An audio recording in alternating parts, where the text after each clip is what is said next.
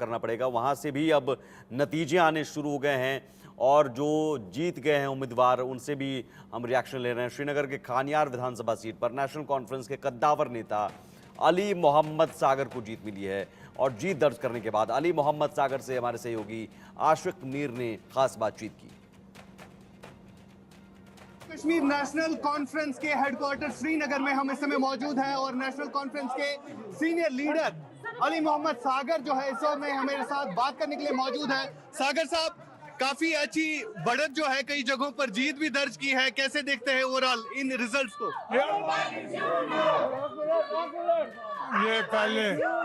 ये पहले अल्लाह का करम है और उसकी मदद है कि हम बेसर सामान थे, इसलिए अल्लाह ने जीत दिलाई। और उसके बाद जो डॉक्टर साहब और उमर साहब ने तरीके से इस जमात की रहबरी की और लोगों ने जो सपोर्ट किया, सबसे बड़ा जो लोगों का सपोर्ट, लोग ये शेर कश्मीर ने कहा था अवाम ताकत का सर चश्मा है, सरदारी अवाम का हक है, अवाम ने जीता है और उनके लिए हम उनको आज अपने अवाम को लोगों को कहते हैं जिन जो वादे हमने आपसे किए एक एक बकरे बराबर रहेंगे हम और आपकी खिदमत करना हमारा फर्ज होगा, हमारी जमात का फर्ज। आज लोगों ने दिखाया जब तमाम हिंदुस्तान और उसके जो सिक्योर को नहीं मांगे वो एक तरफ से, हम एक तरफ से, हमने कहा कि हमारा ये है कि ये ज़मीन इस 370 ये ज़रूरी बात है। जब हुकूमत आएगी ना, लोगों ने हमें वोट दिया, ये जो कहते हैं कि वो उन्होंने मोदी जी को वोट दिया, वो इन्हें रिजेक्ट किया अल्लाह लोगों ने।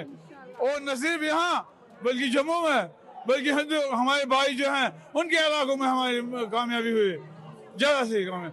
और मुझे उम्मीद है कि आइंदा लोगों का ताउन रहा, हमारे जो सामने मसाइल लोग उनको हल करेंगे। अभी बात कर रहे थे अली मोहम्मद सागर जो कि मिनिस्टर भी रह चुके हैं, नेशनल कॉन्फ्रेंस के सीनियर लीडर हैं और उनके बेटे जो है आज इलेक्शन लड़ रहे थे। शोएब शमीम के साथ मैं आशिक मीर, इंडिया न्यूज़ एक्स के लिए।